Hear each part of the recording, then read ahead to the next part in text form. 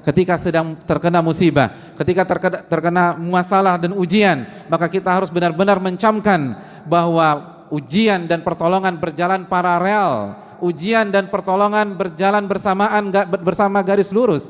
Tidak mungkin ujian meninggalkan pertolongan, tidak mungkin masalah meninggalkan pertolongan, karena Allah lah yang memberikan kita ujian, sebagaimana Allah juga yang memberikan kita pertolongan. Allah Subhanahu wa taala berfirman dalam hadits qudsi, "Ana 'inda dhanni 'abdi bi, in khairan fa khairun wa in syarran fa syarr."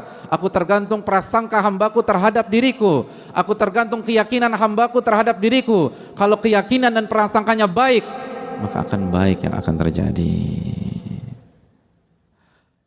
Apabila kita yakin pertolongan itu akan datang, maka Allah akan datangkan pertolongan.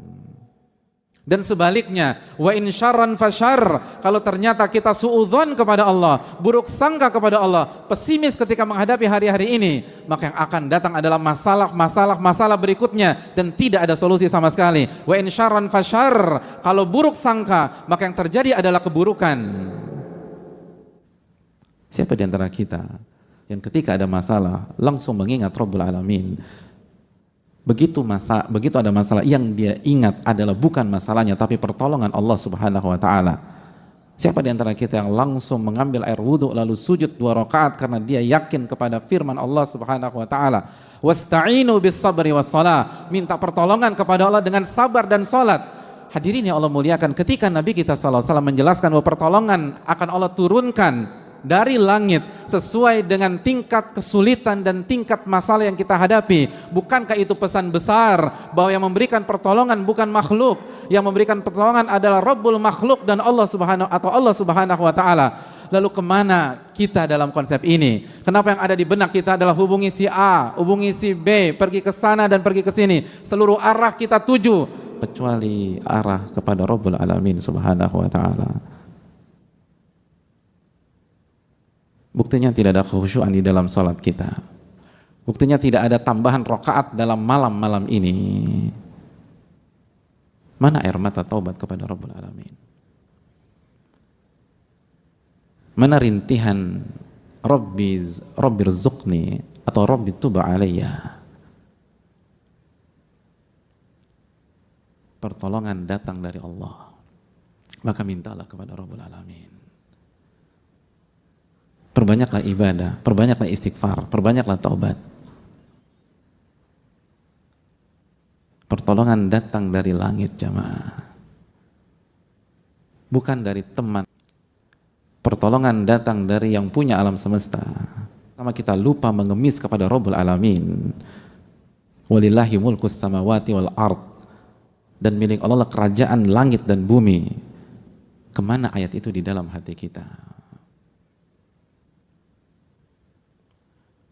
Hadirin yang Allah muliakan, hidup dan ujian tidak bisa dipisahkan. Allah Subhanahu wa taala berfirman dalam Al-Baqarah, "Am hasibatum an tadkhulul jannata wa lamma ya'tikum mathalul ladzina khalau min qablikum." Apakah kalian berpikir Anda akan masuk surga? Apakah kalian berpikir kalian akan masuk surga dan kalian belum mengalami ujian-ujian yang dialami oleh umat-umat sebelum kalian? Masathumul ba'sa wa dharra wa zulzilu. Mereka digoncang, mereka mendapatkan kesulitan, kesengsaraan, dan mereka digoncang-goncang, zulzilu. Mereka mengalami ujian seperti mengalami gempa bumi dalam kehidupan mereka. Zulzilu, digoncang di atas ke bawah, kanan kiri, digoncang-goncang oleh Allah. Sampai Rasul pada saat itu dan orang-orang beriman bertanya kepada diri mereka, mata nasrullah, kapan pertolongan Allah itu datang? Lalu Allah merespon, Allah inna nasrullahi qarib. Ketahuilah pertolongan Allah itu dekat. Pertolongan Allah itu dekat. Namun kita terburu-buru. Nabi SAW mengatakan, walakinnakum qaumun tasta'jilun. Nabi SAW bersabda, tapi kalian adalah kaum yang selalu ingin terburu-buru. Ibadah nggak ditingkatkan, tapi ingin keluar dari masalah tersebut. Para ulama mengatakan, Anda ingin sukses, tapi Anda tidak melewati dan menapaki jalan kesuksesan. Inna safinata lam tajri alal yabas. Perahu itu tidak berjalan di atas daratan. Pertolongan datang dari Allah. Itu sabda Nabi kita sallallahu alaihi wasallam jika kita masih percaya dengan Nabi kita. Itu sabda Nabi kita sallallahu alaihi wasallam yang Allah firmankan dalam surat An-Najm ayat 3, "Wa ma yantiqu 'anil hawa in huwa illa wahyun yuha." Nabi tidak berbicara dengan hawa nafsunya, tapi wahyu yang Allah wahyukan kepada beliau, dan di antara wahyu tersebut pertolongan didatangkan dan diturunkan sesuai dengan tingkat kesulitan. Tingkat kesulitan 70%, pertolongan 70%. Tingkat kesulitan 80%, pertolongan 80%. Tingkat kesulitan 90%, pertolongan 90%. Tingkat kesulitan 99%, pertolongan datang 99%. Fa'tabiru ya ulil albab. Maka ambil pelajaran bagi orang-orang yang mampu berpikir jernih. Mungkin ada di antara kita yang bertanya, bukankah pertolongan seringkali tidak datang bersamaan dengan datangnya masalah dan ujian?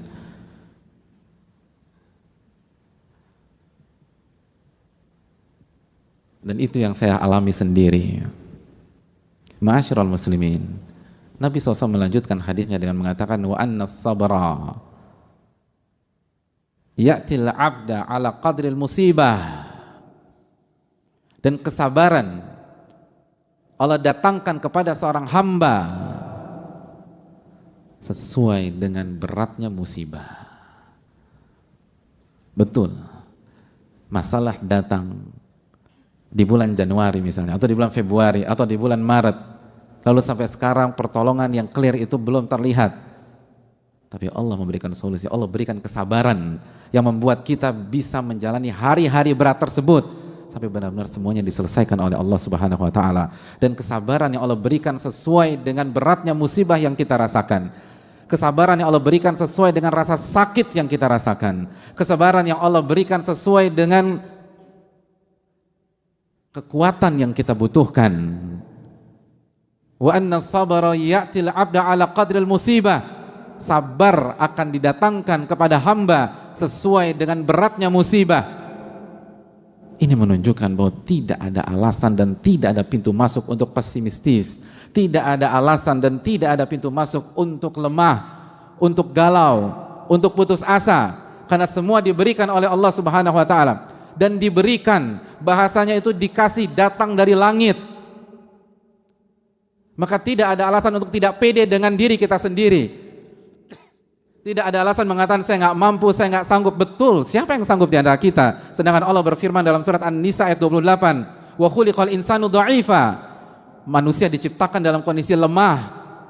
Tapi yang perlu kita ingat, ini diberikan oleh Allah Subhanahu wa taala. Ini bukan tentang kekuatan kita, tapi pertolongan yang Allah diberikan kepada kita. Ini bukan tentang kemampuan sabar yang lahir dari dalam diri kita semata, tapi kemampuan sabar yang Allah berikan kepada kita. Maka tidak ada alasan membuka pintu kepada syaitan sehingga syaitan melemahkan kita, merasa kita lemah, merasa kita down, merasa kita nggak mampu menghadapi ini semua. Karena ini bukan tentang kemampuan kita memang lemah, itu sudah confirm dari Allah Subhanahu wa taala. Tapi kita dikasih kekuatan untuk sabar dari Allah Subhanahu wa taala, dan Allah nggak mungkin bohong, Allah nggak mungkin keliru, Allah tidak mungkin mempermainkan kita.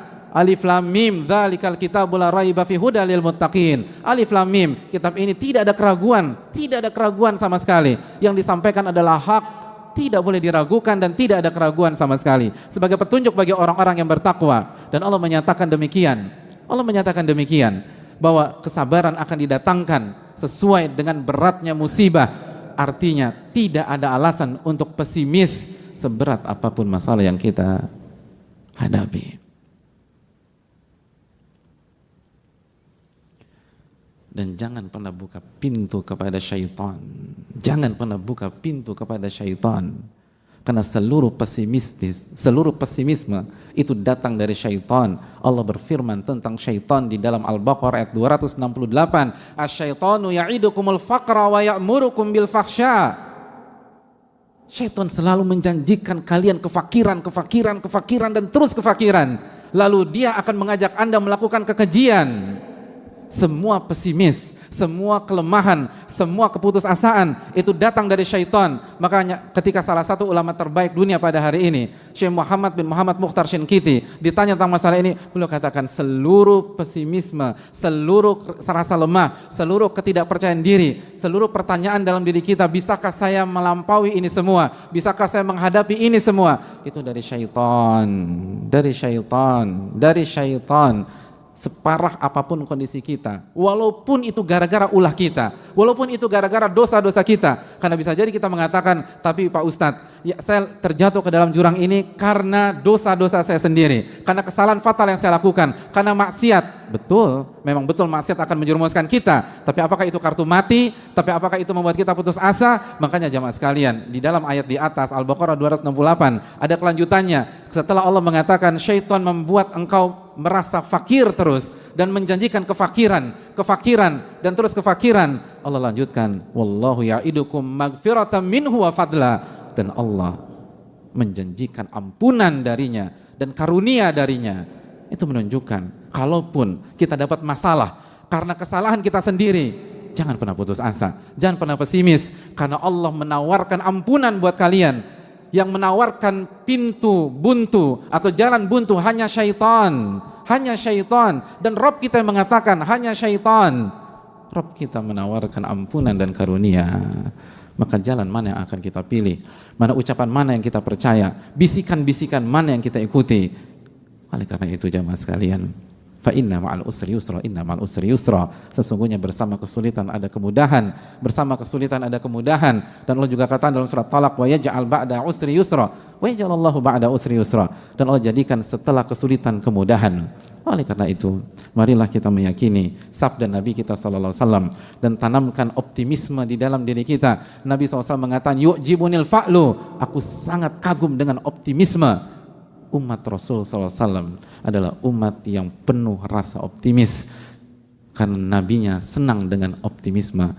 Dan beratnya ujian, bukankah tanda cintanya Allah kepada kita?